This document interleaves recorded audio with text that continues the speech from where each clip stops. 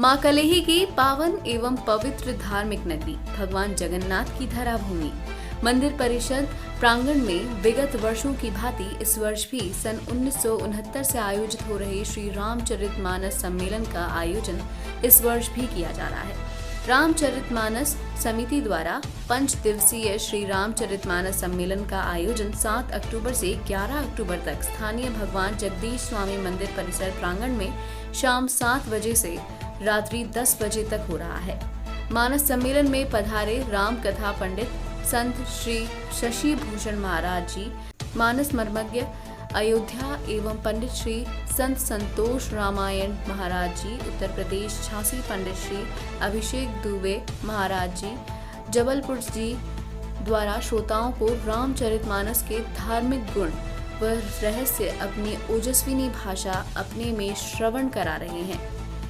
द्वितीय दिवसीय रामचरितमानस सम्मेलन में संत मानस मर्मज्ञ पंडित संत श्री शशि भूषण महाराज जी ने अपने मुखारविंद से संत का महत्व बताते हुए कहा, जिन पर भगवान की कृपा दृष्टि होती है वही सत्संग में बैठ पाते हैं। महाराज जी ने भूतकाल का इतिहास और वर्तमान का दर्पण बताते हुए उन्होंने कहा कि राम कथा को वर्तमान के संदर्भ सुनने से व्यक्ति का भला हो जाता है। युग सतयुग द्वापर त्रेता कोई भी रहा हो पर घटाएं प्रातः सम्मान होती है।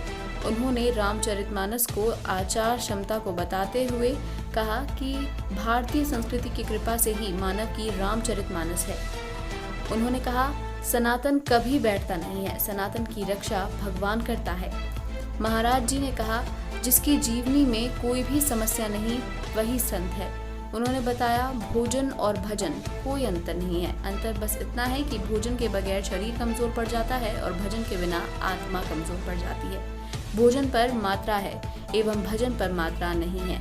उन्होंने भारतीय नारी पर प्रकाश डालते हुए कहा, भारतीय नारी यमलोक तक नहीं चंद्रलोक तक पहुंच गई है, अपने पति के प्राण वापस तक ले आई है। श्री आचार्य रामचरितमानस मर्मज्ञ शशि भूषण महाराज जी ने कहा, भक्ति और भगवान का मिलना धरती पर होता है। भक्ति वही है जो नेत्रों से वर्षा हो। उन्होंने बताया, राम भक्ति और राष्ट्र भक्ति में कोई अंतर नहीं है। श्री महाराज जी ने कहा, व्यक्ति को मन, वचन और कर्म से सत्संगी होना चाहिए।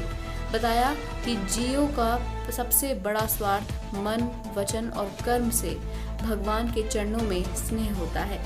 आयोजन रामचरितमानस समिति एवं समस्त सदस्यगणों पवई के द्वारा आयोजित किया जा रहा है, जिसके मुख्य सूत्रधार किशोरी प्रसाद खरे, बब्बू दादा रिटायर्ड शिक्षक हैं, वाइट पंडित श्री संत शशि भूषण महाराज, रामचरितमानस मर्मज्ञ अयोध्या संवाददाता, नवोदय टीवी सुरेंद्र पांडे, पवई की रिपोर्ट। एक रामीय संस्कृति है, एक रावणीय संस्कृति है। रामीय संस्कृति पशुता में मानवता स्थापित करती है, रावणीय संस्कृति मानवता में पशुता स्थापित करती है। रावण कहता है, तुम पशु बनो माही से, और जाकर के श्री राम के साथ छल करो। लेकिन भगवान श्री राम यही उपदेश करते हैं, हनुमदारी सब बानर वीरा, धरे मनोहर मनुष्य शरीरा। ये रामीय संस्कृति है। और संस्कृति शब्द का प्रयोग सर्वप्रथम ऋग्वेद में किया गया है। प्रथमा संस्कृति सा विश्वभारः। भगवान श्री राम ने अपने चरित्र के माध्यम से उपदेश बहुत कम किया है, बल्कि करके दिखाया। आप किसी भी पक्ष को देखें, चाहे वो भ्रातृ प्रेम हो, चाहे वो समाज को संदेश देना चाहा, चाहे वो माता पिता का आदर सम्मान। पिताजी के लिए स्वयं गोस्वामी तुलसीदास जी महाराज अपने अमर काव्य श्री रामचरितमानस में लिखते हैं, प्रात काल उठकें रघुनाथा, मात पिता गुरु नावहि माथा। भगवान श्री कृष्ण ने उपदेश किया ज़्यादा से ज़्यादा, तो अर्जुन को 18 अध्याय गीता सुनाना पड़ा।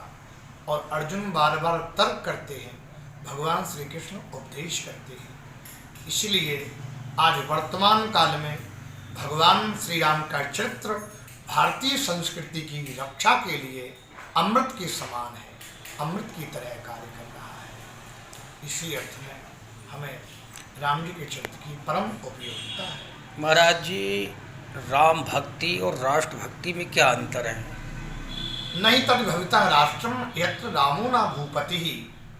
वह राष्ट्र राष्ट्र नहीं हो सकता, वह समाज समाज नहीं हो सकता जहाँ पर राजा राम ना हो। राष्ट्र की भक्ति करना श्री राम की भक्ति करना है, श्री राम की भक्ति करना राष्ट्र की भक्ति करना है। और जो राष्ट्र की सेवा करते करते अपने आप को भारत माँ की गोद में जिन्होंने समर्पित कर दिया, उन्हें भगवान श्री राम की ही गोद मिली। राष्ट्र की भक्ति, जब राष्ट्र ही सुरक्षित नहीं रहेगा तो हम आप कैसे सुरक्षित रहेंगे। इस अर्थ में राष्ट्र भक्ति करना परम उपयोगी है। हमारे जीवन में